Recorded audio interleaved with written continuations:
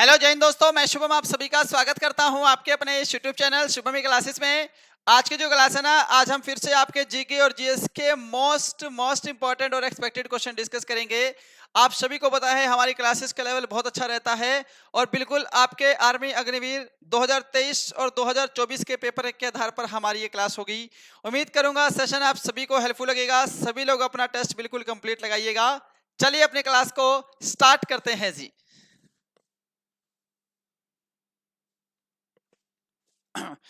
तो देखिएगा, प्रश्नों की संख्या टोटल 30 होने वाली है और आज मैं कह रहा हूं आप लोग ना 30 में से कम भाई साहब 22 या फिर 22 से अधिक प्रश्न आप लोग आज राइट कर रहे हैं। तो आप लोग बिल्कुल सही ट्रैक पर हैं, आपकी तैयारी बिल्कुल जबरदस्त चल रही है और बिल्कुल आपको एग्जाम देने में मजा आने वाला है। सिलेक्शन आप लोग जरूर उठाएंगे साहब। स्टार्ट करते हैं पहले प्रश्न से। राष्ट्रीय ध्वज और राष्ट्रीय गान का सम्मान करना प्रत्येक नागरिक का डैश है। मौलिक अधिकार, मौलिक कर्तव्य, नीति निदेशक सिद्धांत या इनमें से कोई नहीं। बताइए जी। देखो साहब, राष्ट्रीय गान या राष्ट्रीय ध्वज का सम्मान करना इसके लिए इंसान बाध्य नहीं है, यानी कि आपको प्रेशराइज एम्फेसाइज नहीं किया जा सकता कि आप इसका सम्मान करिए ही करिए, पर फिर भी हमारी मॉरल रिस्पॉन्सिबिलिटी है कि हमें इसका सम्मान करना चाहिए। हमारे संविधान में जो 11 मौलिक कर्तव्य दिए हैं ना, उसमें यह वर्णन किया गया है। ऑप्शन आपका बी करेक्ट है, यह एक प्रकार का मौलिक कर्तव्य है। अब देखो साहब, मौलिक कर्तव्य जो है ये भारतीय संविधान के भाग 4A में है जी, और भारतीय संविधान के अनुच्छेद जो है ये 51A में है। मौलिक कर्तव्य जो है ना, ये रूस के संविधान से लिए गए हैं। बस इतना फैक्ट आपको जरूर याद होना चाहिए जी। मौलिक कर्तव्य को सरदार स्वर्ण सिंह की सिफारिश पर जोड़ा गया था साहब। मौलिक कर्तव्य को सरदार स्वर्ण सिंह समिति की सिफारिश पर जोड़ा गया है। एक फैक्ट आपका यह भी होना चाहिए। और मूलतः इनकी जो संख्या है, मूलतः इनकी संख्या 10 थी और वर्तमान में इनकी संख्या 11 है। ये आप लोग याद रखिएगा साहब। जब संविधान का निर्माण हुआ था, जब इनको जोड़ा गया था, तब इनकी संख्या 10 थी। फिर 2002 में 86वां संविधान संशोधन हुआ, जिसमें 6 से 14 वर्ष के बच्चों को शिक्षा अनिवार्य है और ये उनके माता पिता का एक मूल कर्तव्य भी होना चाहिए। ये 11वां मौलिक कर्तव्य जोड़ा गया था। नंबर सेकंड, भारत का प्रथम जैव संरक्षित क्षेत्र कौन सा है, ये बताइए साहब। Which is the first bio protected area of India, most important. अब क्योंकि ये प्रथम है तो ये आपका स्टैटिक जीके का भी पार्ट बनता है और अपने आप में बहुत ज्यादा इंपॉर्टेंट भी है जी, है ना। भारत का प्रथम जैव संरक्षित क्षेत्र जो है ये नीलगिरी हो जाएगा। ऑप्शन ए करेक्ट है और इसको 1986 में जोड़ा गया था। इसमें ये याद रखिएगा, ये पहला है साहब, है ना। और नीलगिरी जो है ना, एग्जाम में अगर प्रश्न आएगा तो आप कहोगे कि ये पश्चिमी घाट का हिस्सा है जी, पश्चिमी घाट में है। क्या सभी का क्लियर है जी? चलिए फिर आगे बढ़ते हैं नंबर 3 पर। नंबर 3 है जी सामने, the 3 mistake of my life dash द्वारा लिखी गई है। इसका आंसर करेंगे सभी।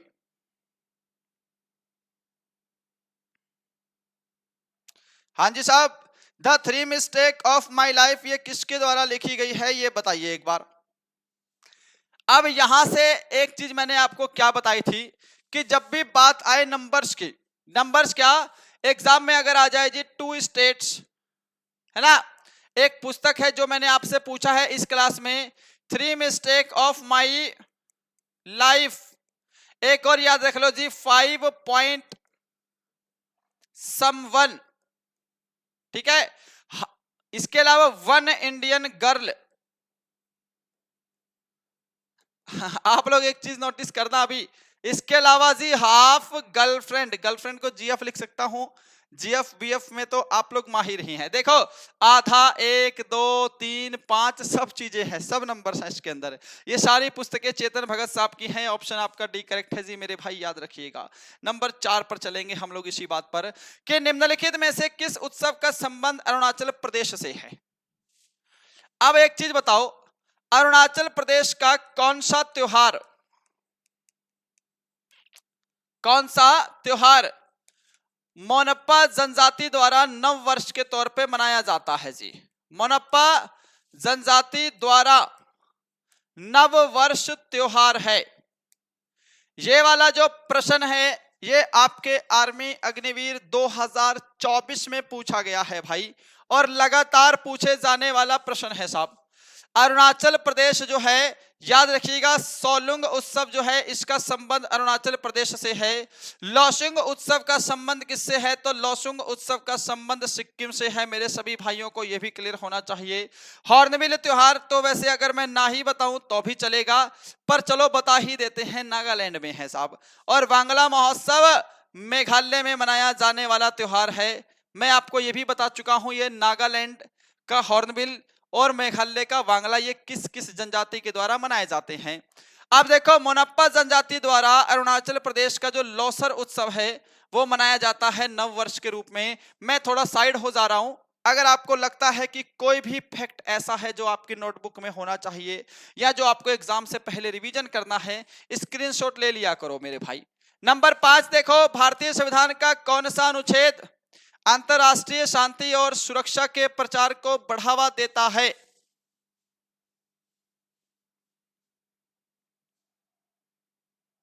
अब ये जितने भी आर्टिकल्स हैं ना, ये सारे टोटल इंपॉर्टेंट हैं। चले भाई, सॉल्यूशन पे आप लोग आंसर मैच करिएगा। देखो ध्यान से, ये अनुच्छेद 50 क्या कहता है कि जो आपकी कार्यपालिका है, कार्यपालिका का न्यायपालिका से पृथक्करण, न्यायपालिका से पृथक्करण यानी कि अलग होने के बारे से संबंधित है। अनुच्छेद 48 जो है ये भैया जी कृषि और पशुपालन से संबंधित है मेरे भाई, ये याद रखिएगा, क्योंकि ये अनुच्छेद 48 बहुत इंपॉर्टेंट हो जाता है। अनुच्छेद 51 अंतरराष्ट्रीय शांति और सुरक्षा को बढ़ावा देना, और अनुच्छेद 72 तो आपको पता ही है साहब, राष्ट्रपति के पास समाधान की शक्ति किस आर्टिकल में? तो आर्टिकल 72 में है जी। नंबर 6 देखिएगा साहब कि साहित्री टाइगर रिजर्व किस राज्य में स्थित है? इस प्रश्न का आंसर दे दो आप लोग। साहित्री टाइगर रिजर्व, हाँ जी, साहित्री टाइगर रिजर्व किस राज्य में है ये बताइए भाई।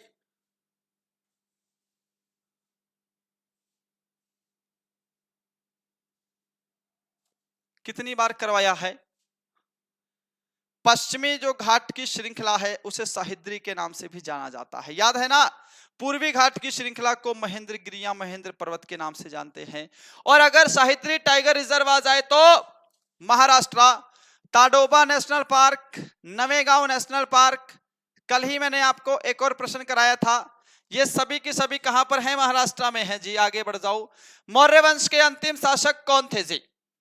चलो भाई मेरे फौजी भाइयों, आपके एग्जाम का आया हुआ एक प्रश्न पूछता हूं, मुझे यह बता दो कि मौर्य वंश से पहले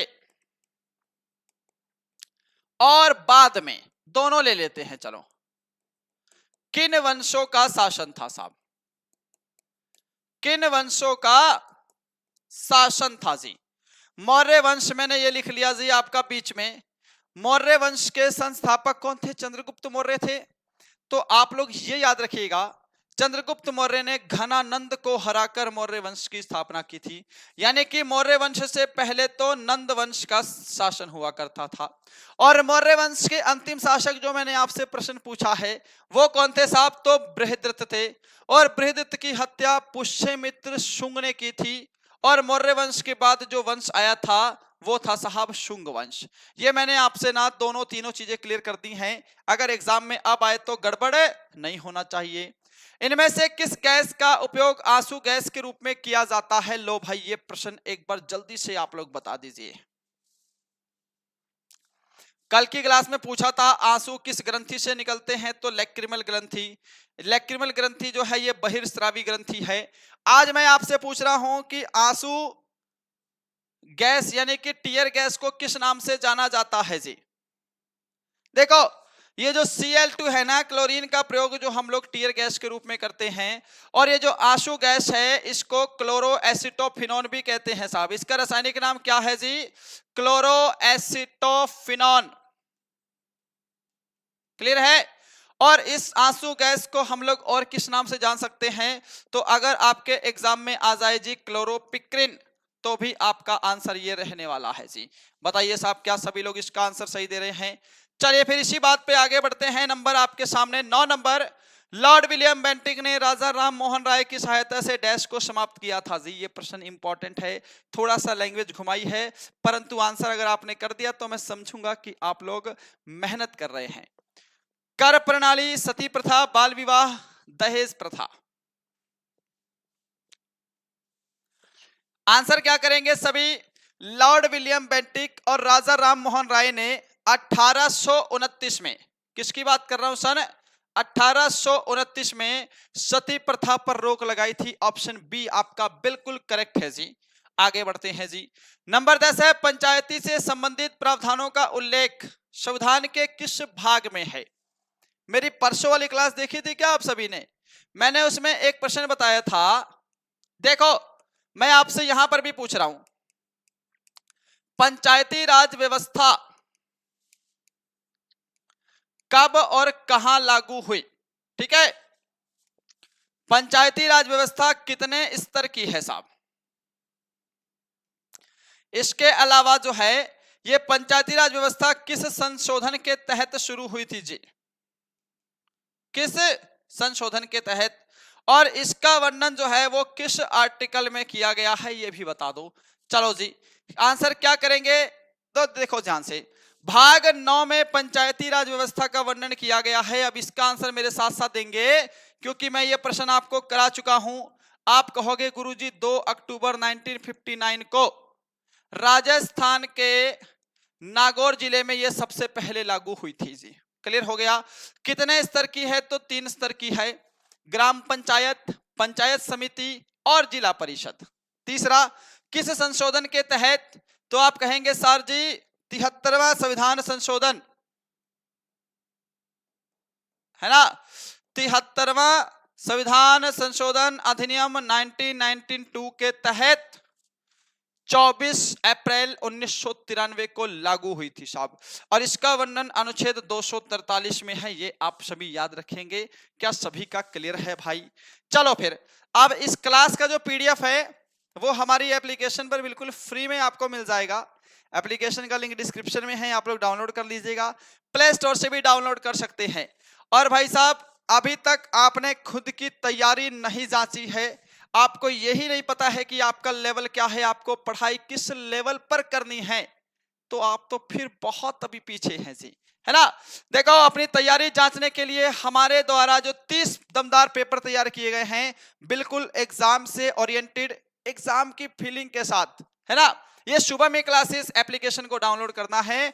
हमारे इस समय जो मॉडल पेपर है ना, ये आपको मात्र 149 में 30 दमदार पेपर मिलेंगे, वो भी हिंदी और इंग्लिश दोनों ही लैंग्वेजेस में। अभी तक आपने परचेज नहीं किए हैं तो बिना मॉक टेस्ट के आप खुद की क्वालिटी को कैसे बढ़ाओगे? ये मॉक टेस्ट लगाने से ही तो आपके अंदर निखार आएगा। मात्र 149 रुपए में आपको ये मॉक टेस्ट मिल रहे हैं। जिन्होंने अभी तक परचेस नहीं किया है वो कृपया परचेस कर लीजिएगा। ये साथ में हेल्पलाइन नंबर दे रहा हूं, इस नंबर पे कॉल या मैसेज आप लोग जरूर कर सकते हैं, अगर कोई डाउट है तब करिएगा। और हाँ जी, ये जो आपके सामने हीरे और मोती दिखाई दे रहे हैं, ये तो मुझे लग रहा है ना, मेरे जितने भी बच्चे पढ़ रहे हैं 70% ने तो ले लिया है, आंकड़ा सब बता देता है। पर अभी भी ऐसे बच्चे हैं जिसने नहीं लिया है। ये स्टैटिक, ये आपकी हिस्ट्री, पॉलिटी, जियोग्राफी 79, ये लो भाई स्टैटिक जीके भी 79, और ये कॉम्बो पैक दोनों आपको 99 रुपीज में मैं आपको दे दूंगा। हमारी एप्लीकेशन पर जाकर के इसको पेड कोर्स में परचेस कर लीजिएगा। ये सारा कुछ आपको पीडीएफ फॉर्म में मिलेगा, पीडीएफ डाउनलोड करके पढ़िएगा, या आप ऐसे भी पढ़ सकते हैं। हमारी ई बुक ही ऐसा जरिया है कि जो 15 से 20 दिन के अंदर आपका सिलेबस कवर करवा देगी। दूसरी बुक्स में तो आपको ढूंढने पड़ेंगे कि ये आर्मी के लेवल का है या नहीं, पर इस बुक्स में आपको कुछ छोड़ना नहीं है, सब रगड़ देना है। लाल रंग का रासायनिक सूत्र डैश है, ये हटाओ भाई। प्रश्न था कि सिंदूर का रासायनिक सूत्र क्या है जी? सिंदूर, चलो भाई ये बताओ सिंदूर का रासायनिक सूत्र क्या है। और अगर मैं आपको ये पूछ लूं कि सिंदूर का रासायनिक नाम क्या है, तब आप सभी का आंसर क्या होगा, जल्दी से बताइए। चलते हैं सॉल्यूशन पर। ये जो सिंदूर का रासायनिक नाम है ना, ये होता है साहब मर्क्यूरिक सल्फाइड। मर्क्यूरिक सल्फाइड जो है ये सिंदूर का रासायनिक नाम है, और ये जो आपका HGS है ये सिंदूर का सूत्र होता है। ऑप्शन ए करेक्ट आंसर है, मैच करते जाइए। अगला प्रश्न देखिएगा नंबर 12 स्क्रीन पर आपके, निम्नलिखित में से कौन संगीत वाद्य यंत्र संतूर से संबंधित है जी? या ऐसे कह ले कि किनका संबंध संतूर वादन से है? बताओ मेरे सभी भाई ध्यान से इस प्रश्न का आंसर। देखो जी, पंडित हरिप्रसाद चौरसिया ये बांसुरी बजाते थे साहब, क्लियर है। पंडित रविशंकर का संबंध सितार वादन से है जी, और पंडित शिव कुमार शर्मा जो है ये संतूर बजाते हैं। पंडित शिव कुमार शर्मा, भजन सोपारी, तरुण भट्टाचार्य, ये भूलिएगा नहीं जब तक आपका सिलेक्शन नहीं हो जाता। नंबर 13 है जी, पुरुषनी निम्नलिखित में से किस नदी का प्राचीन नाम था जी? झेलम, चिनाब, ब्यास, रावी। पुरुषनी निम्नलिखित में से किस नदी का प्राचीन या फिर ऋग्वैदिक कालिक नाम है? देखो साहब ध्यान से, ये झेलम नदी है जिसका प्राचीन नाम हो जाता है जी वितस्तता, क्लियर है। चिनाब नदी का प्राचीन नाम क्या है जी? आप कहोगे गुरुजी आस्कनी, राइट। इसके अलावा व्यास नदी को क्या कहते हैं साहब? विपाशा कहा जाता है। और पुरुषनी नदी को रावी नदी के नाम से जानते हैं। ऑप्शन डी आपका करेक्ट हो जाएगा जी। नंबर 14, फुटबॉल से संबंधित संस्था फीफा की स्थापना किस वर्ष हुई थी? यह प्रश्न तो किसी का भी गलत नहीं होगा।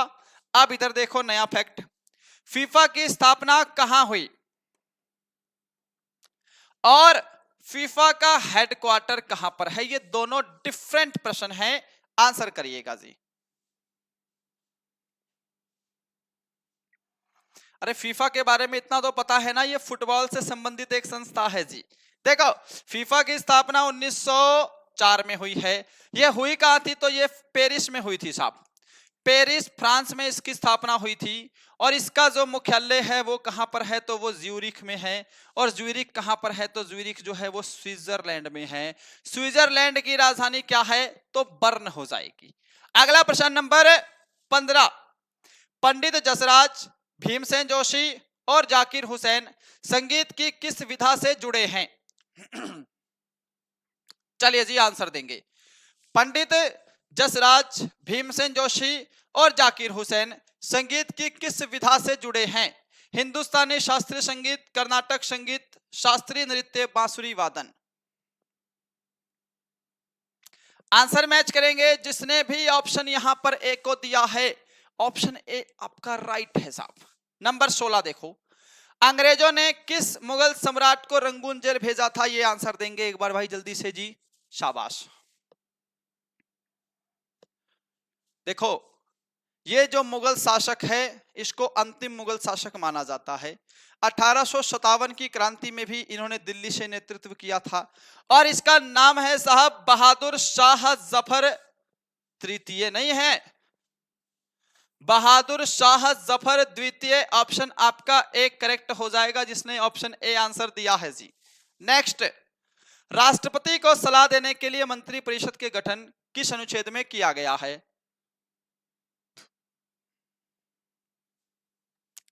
ये प्रश्न ना 100 टाइम करवा दिया है। अनुच्छेद 93, क्या याद रखेंगे?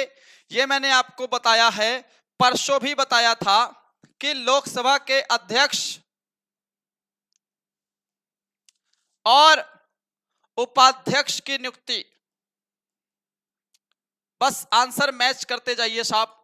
इसके अलावा अनुच्छेद 74 ये कहता है कि एक मंत्री परिषद का होगी और मंत्री परिषद जो है राष्ट्रपति को सलाह देगी।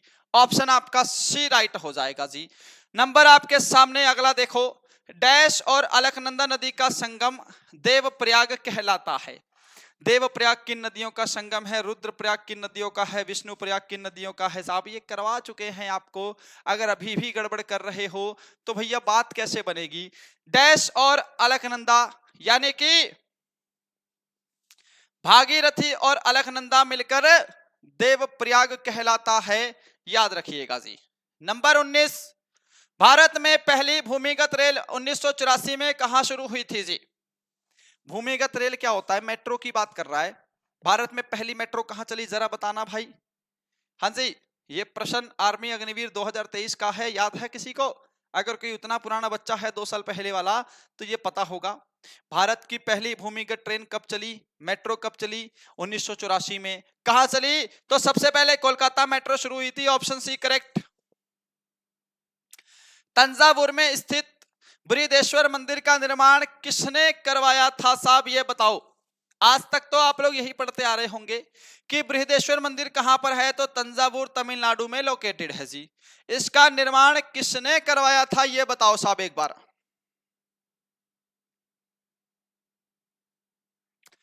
तो देखो, तंजौर में स्थित जो बृहदेश्वर मंदिर है, चौल वंश के शासक राजा राज प्रथम के द्वारा इसका निर्माण करवाया गया। विदेशिया डैश राज्य का एक लोक नृत्य है जी। देखो, नृत्य तो यहाँ के बहुत हैं, विदेशिया के साथ एक नृत्य मैं आपको बोनस में दे रहा हूं, क्योंकि यहां से प्रश्न बनते हैं। अगर ये आ जाए, झिझिया किस राज्य का लोक नृत्य है, विदेशिया किस राज्य का लोक नृत्य है। जैसे उत्तराखंड में एक नृत्य आता है जिसका नाम है जी छोलिया, ये जरूर पूछा जाता है छोलिया किस राज्य का नृत्य है साहब, है ना। छत्तीसगढ़ के तो बहुत सारे नृत्य हैं जी। छत्तीसगढ़ में पंथी नृत्य एग्जाम में आ जाता है, छत्तीसगढ़ का राउत नाच नृत्य एग्जाम में आ जाता है, छत्तीसगढ़ का पंडवानी नृत्य एग्जाम में आ जाता है, छत्तीसगढ़ का सुआ नृत्य आपके एग्जाम में आ जाता है। बहुत सारे नृत्य हैं साहब, है ना। झारखंड के भी बहुत सारे नृत्य आपके एग्जाम में आते हैं जी, समझ रहे हो बात को। परंतु जो मैं आपसे विदेशिया और झिझिया की बात कर रहा हूं, ये बिहार के प्रमुख लोक नृत्य हैं। ऑप्शन आप लोग डी को याद रखिएगा जी। नंबर 22, दाचीगाम राष्ट्रीय उद्यान किस राज्य यहाँ केंद्र शासित प्रदेश में स्थित है? करवाया है प्रश्न। दाचीगाम राष्ट्रीय उद्यान, ये मैंने पूरा टॉपिक करवाया है। मैंने आपको दाचीगाम के साथ एक और राष्ट्रीय उद्यान बताया था जिसका नाम है जी किश्तवाड़ नेशनल पार्क। एक और मैंने आपको ये भी बताया था, doctor Salim Ali national park, doctor Salim Ali national park. अगर इन तीनों में से कोई भी डाटा दिखाई दे, इन तीनों में से कुछ भी दिखाई देना मेरे फौजी भाई, क्या आंसर देंगे? यहां पर जम्मू एंड कश्मीर को आंसर दे देंगे जी, बात समाप्त हो जाएगी। अगला प्रश्न नंबर 23, सर्वसम्मति से चुने गए भारत के पहले राष्ट्रपति कौन थे? सर्वसम्मति को निर्विरोध भी कहा जाता है साहब।